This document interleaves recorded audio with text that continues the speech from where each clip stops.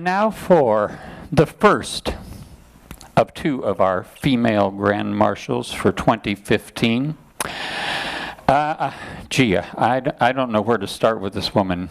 I mean, as most of you know, if you follow her at all, she is known as the late Patti Fink.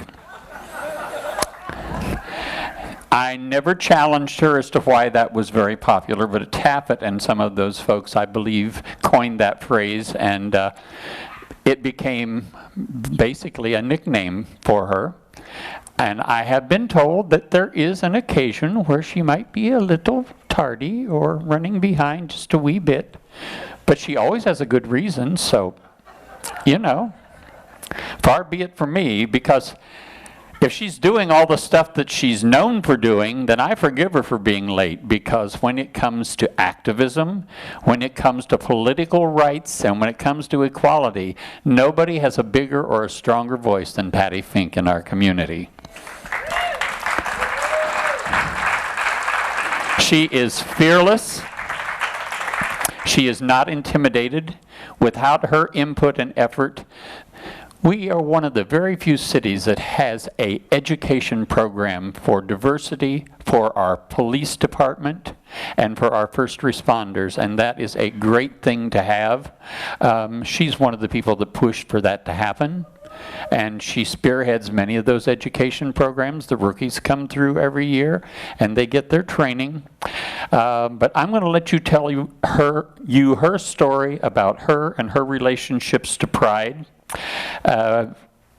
All I can say is, you know, I wish I had the courage that she did, because nothing deters her. If something bothers her and she thinks it needs to be fixed, all she wants to know is, who do I talk to get this changed?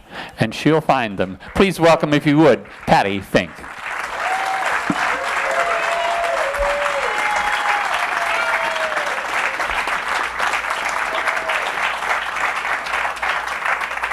Thank you, Michael. Wow, these lights are bright. Thank you for that warm welcome, and I want to thank the Dallas Way for honoring me, and choked up here. Thank you for honoring me in this way.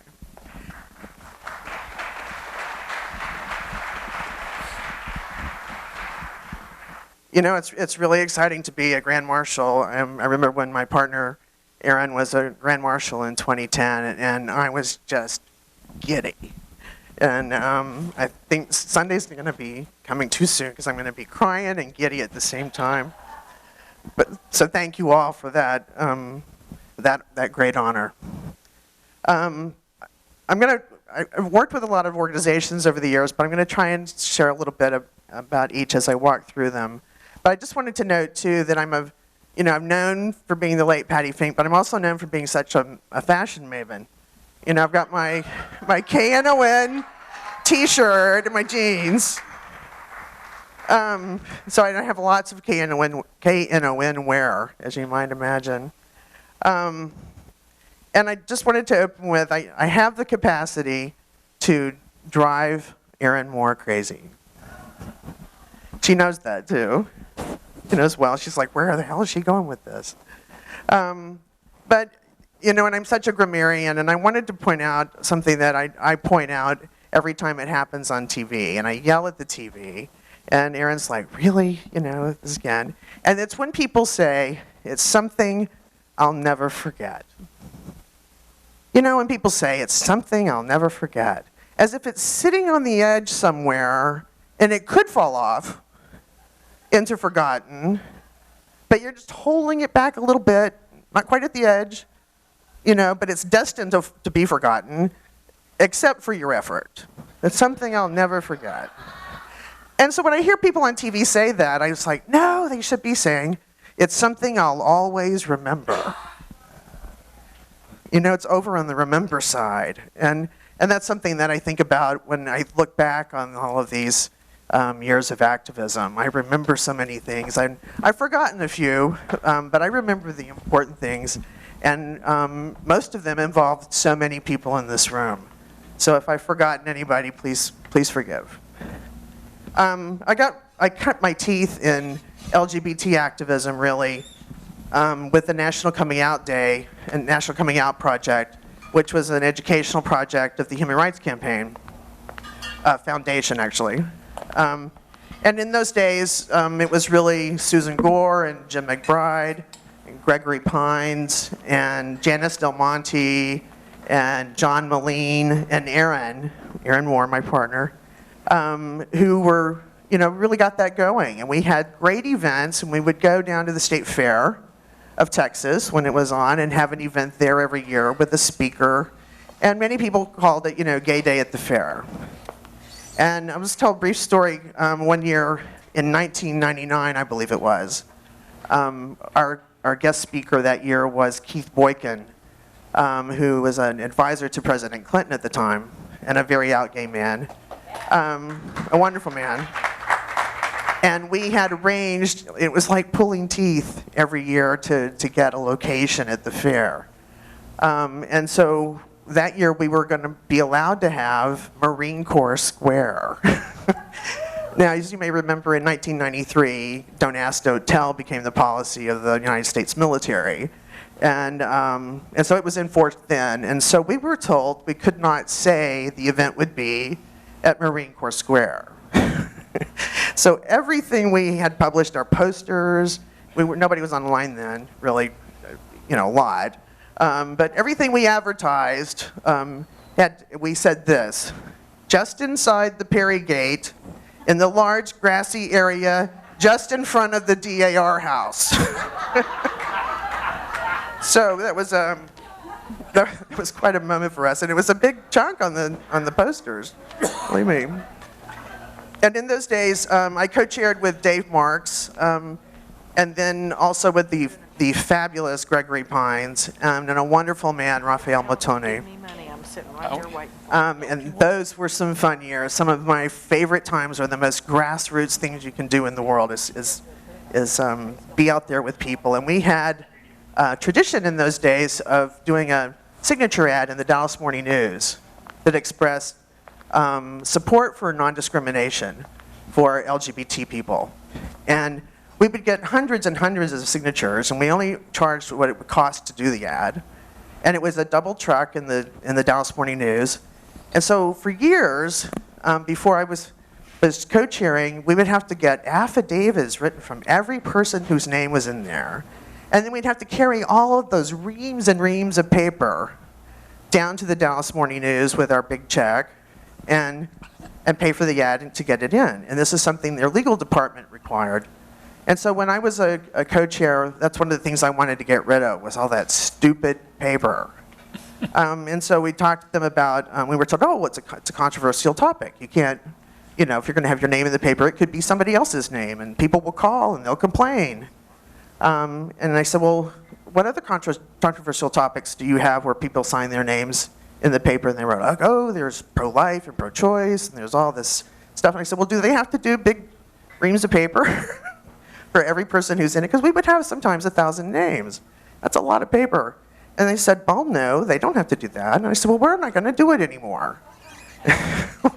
This is not required of them, and it's not required of us. And so they went back to their legal department and said, you know what, you don't have to do that. So we did one sheet of paper.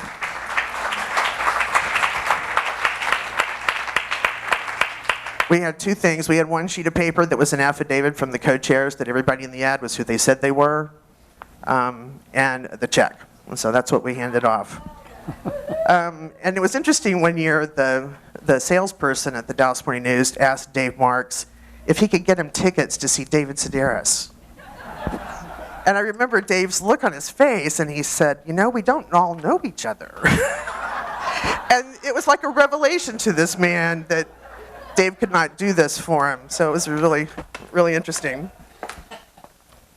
But we spent many hours in hot summer hours out at the street corner down here at Throckmorton and Cedar Springs with our table and our tent. And man, we could put that tent up. I don't know if you've worked with those tents out in places, but man, it was a SWAT, it was a pit crew, I think. We could have that thing up in about 4 minutes. Done. Set the table, pop it, we're ready to go. We had just done it so much. And we had lots of interesting people come through, and a couple of things I remember most were the school teachers that said, I can't put my name in that ad. And many of them would say that every year, and then they would come back at some point and say, I'm putting it in this year.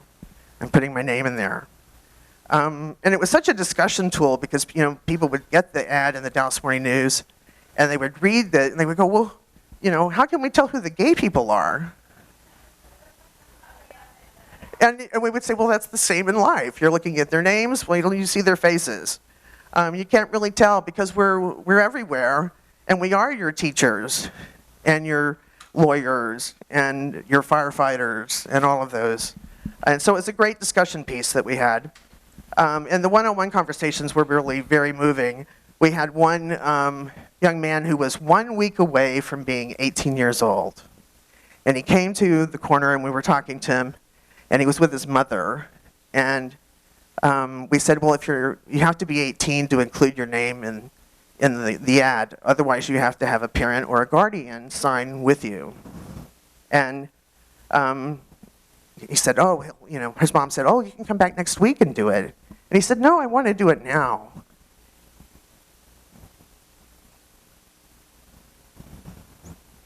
And his mom said, nothing would make me prouder than to sign my name with you.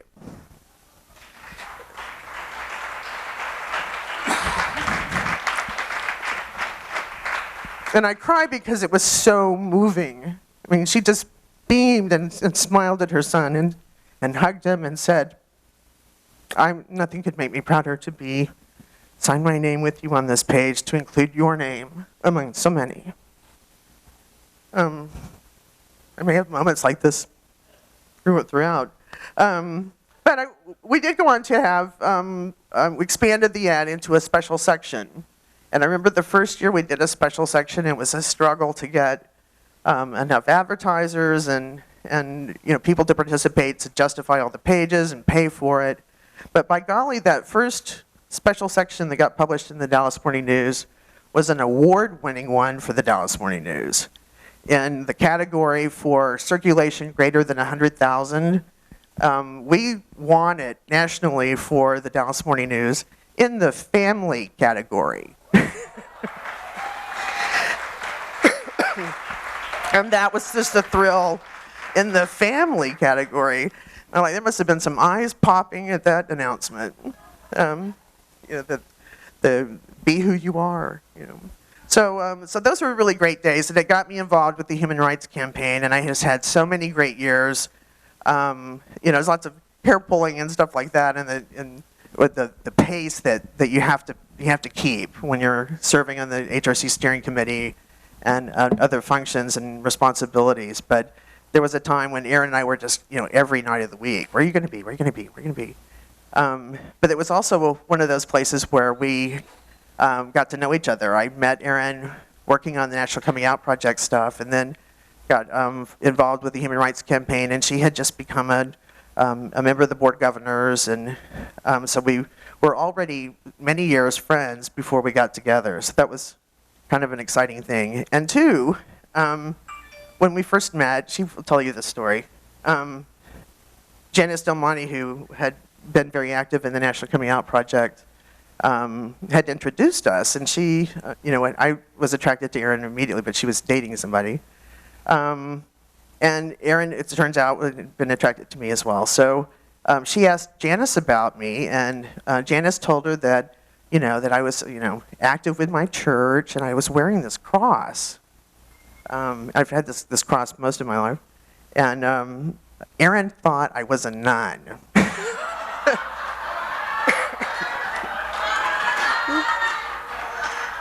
And so she was a little frightened, that here she was like, who's that? And, she's a nun, until I said the F word. And it's like, oh, wait, I get this, okay. So I'm not a nun, I'll tell you that.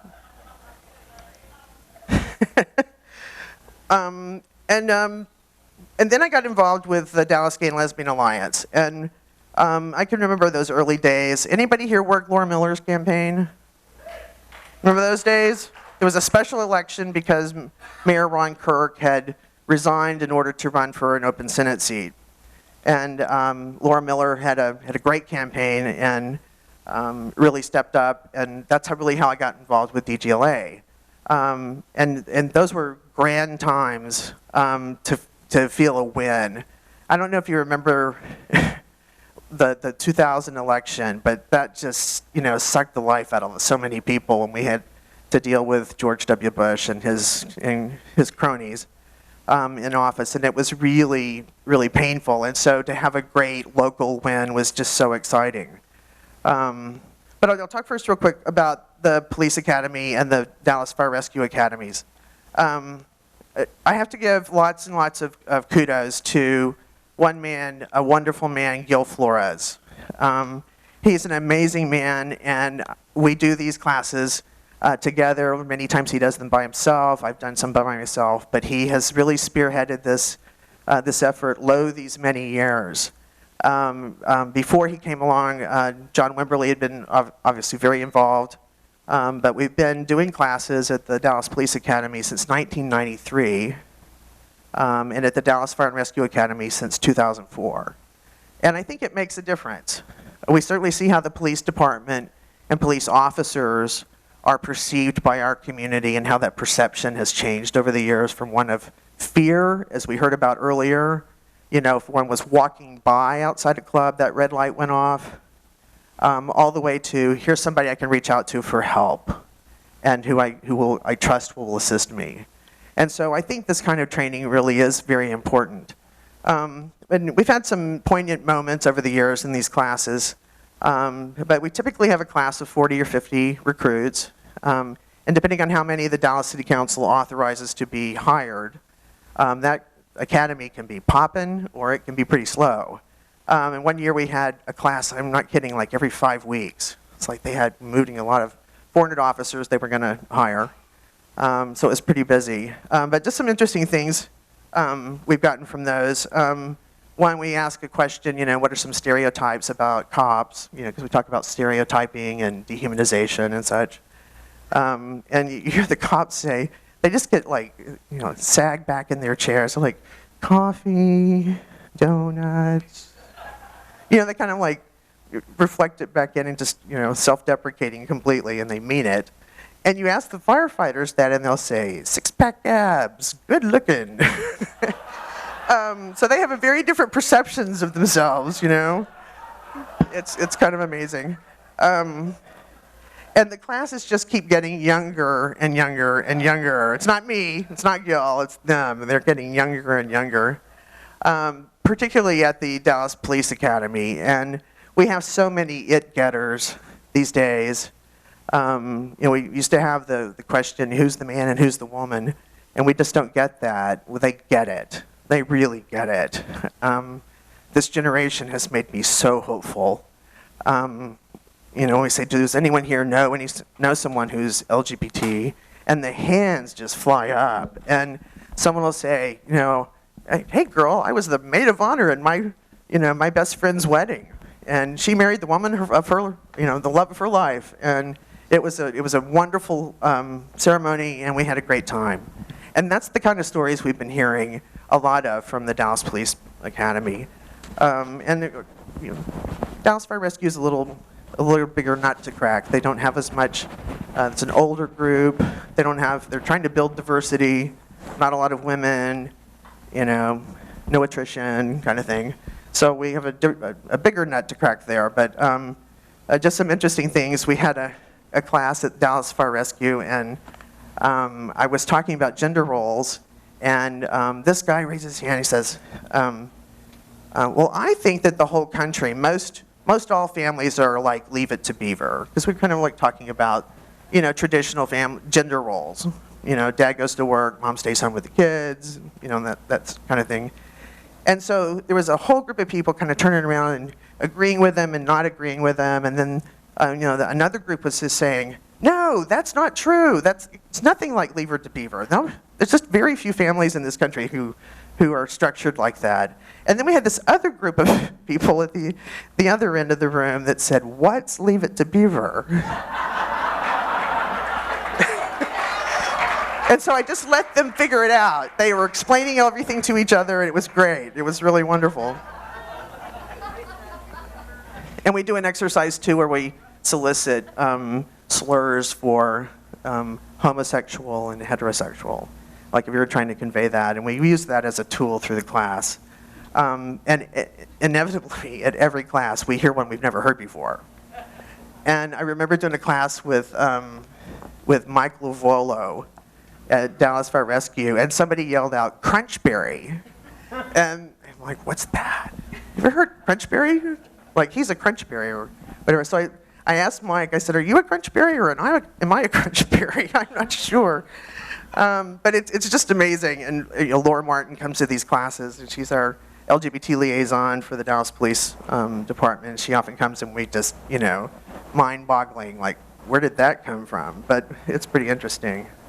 And what's really, really great about those classes is that so many come up in our breaks and talk about their family members or their neighbors or someone they know in their lives that they know personally is lesbian, gay, bisexual, or transgender. And those are really moving because they do get it. And they're interested and they're asking questions and they want to share their stories. But then we have some places we do need to go. We have an anonymous kind of baseline. We ask some questions, and one of them is open-ended. If you knew that your child would be gay, if I knew my child would be gay, I would. And most of the time we get, I would love that child with all my heart. But we still have gotten some that's the worst one I've ever heard was bury it in the backyard. And so we don't know what we're going to get when we go to these classes, but sometimes they're shocking in many ways and sometimes very positive ways. But it's a constant reminder that we have more work to do, obviously. But we stress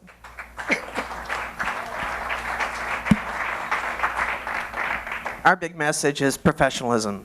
Be a professional, do the best job you can be, and you're going to have no worries. And we stress too, it's not if, but when and how often you will encounter an LGBT person in the course and scope of your employment with the city of Dallas, and that we don't all live in Oak Lawn. And that one comes across pretty well. It's like, I know gay people in my neighborhood. And I wanted to take a moment to kind of segue from what Chris was talking about to kind of where we are today in this arc with the city of Dallas. He spoke very eloquently about Mike A. England and the employment policy changes that came forth from that. And I'm coming back now to Laura Miller's special election. We had a forum at the Dallas Gay and Lesbian Alliance Education Fund, the Don Baker Education Fund, where for the first time all candidates for mayor came. And that was such a groundbreaking moment. I remember that they all came.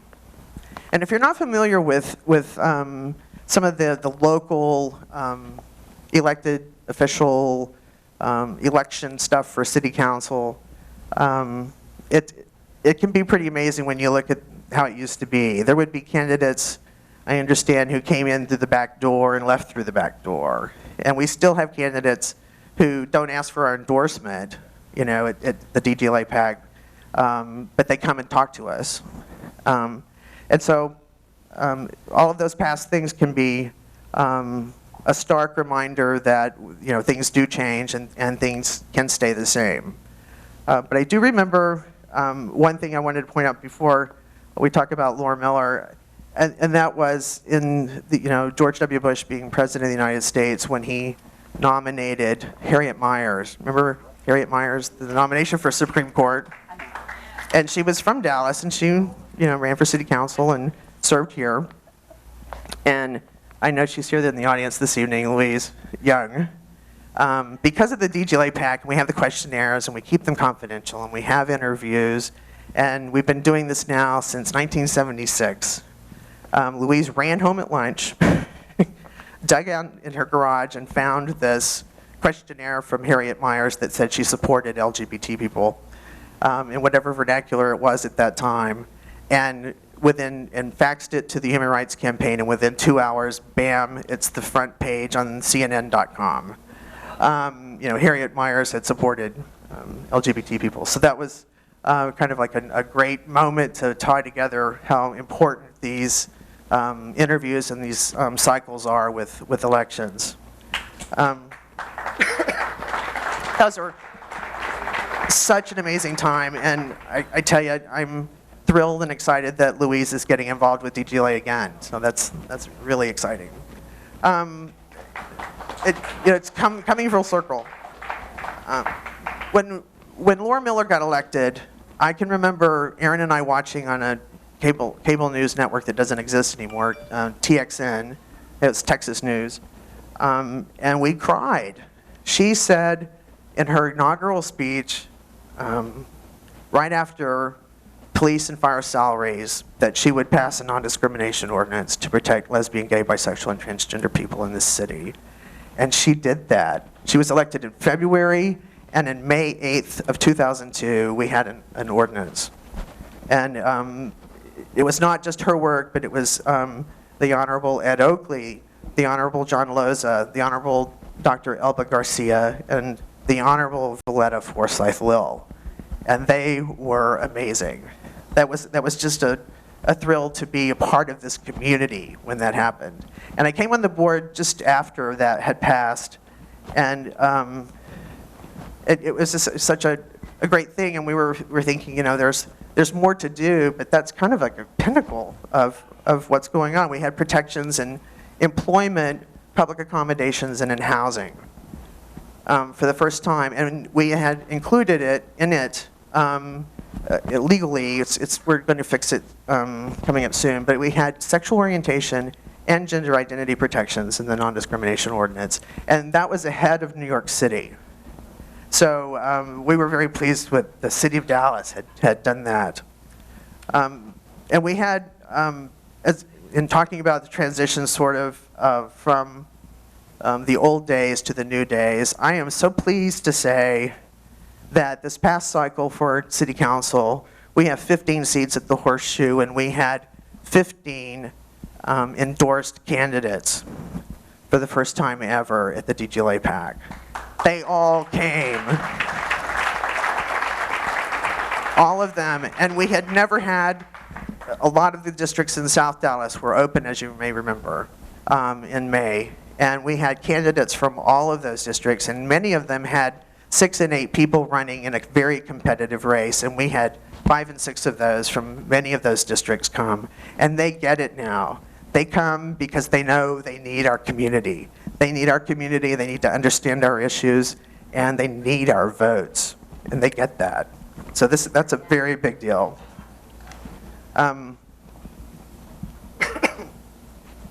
could go on about all the work that we've done with the LGBT task force. We've passed a resolution in the past year that was really very closely fulfilled. In 2014 to 2015, we got a lot done. This is before Obergefell. We had pensions for civilians and first responders. The family medical leave policy changed to +1. The city's state and federal lobbyists now lobby for LGBT equality, for good and against bad. And we had the charter change, which Chris mentioned. It was huge. 77% of the citizens of this city supported protections that included sexual orientation, marital status, gender identity and expression, genetic characteristics. And that's huge.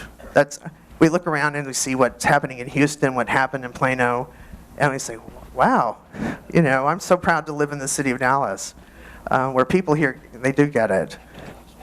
I'm going to wrap up here.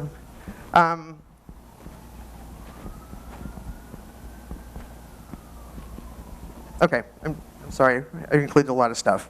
Was going to talk a lot about Lambda Weekly and working with David Taffet and my moniker, the late Patti Fink, and I like to say I'm not dead. But those are wonderful times. And also working with Glenn Maxey at the No Nonsense in November stuff in 2005, and of course my Democratic family. And also the Baylor University Gay and Lesbian Alliance alumni. I just wanted to note too that we got a cease and desist letter from Baylor.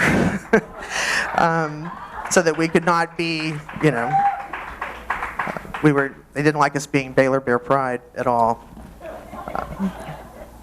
And I'll just close really quickly here by saying, I'll follow what Michael so eloquently pointed out, is that we are not done yet. We have a lot of work to do, and particularly for our trans brothers and sisters. We have so much work. And we need to be there for them. They were there for us in the beginning.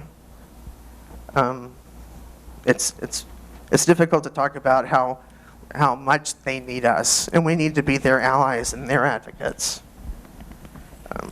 And another thing we must do is to confront racism within our own community.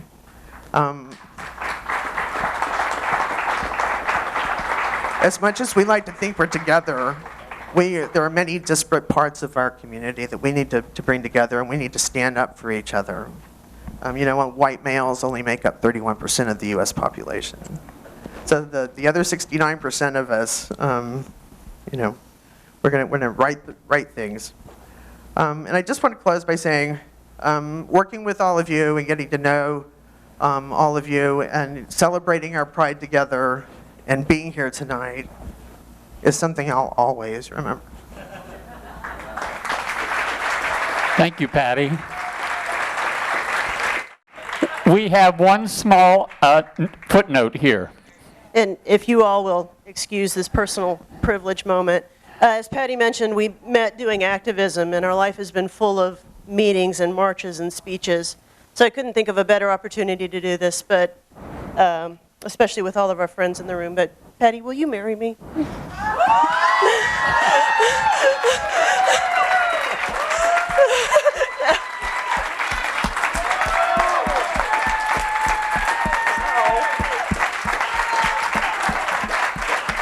She said yes. Thank you. Thank you.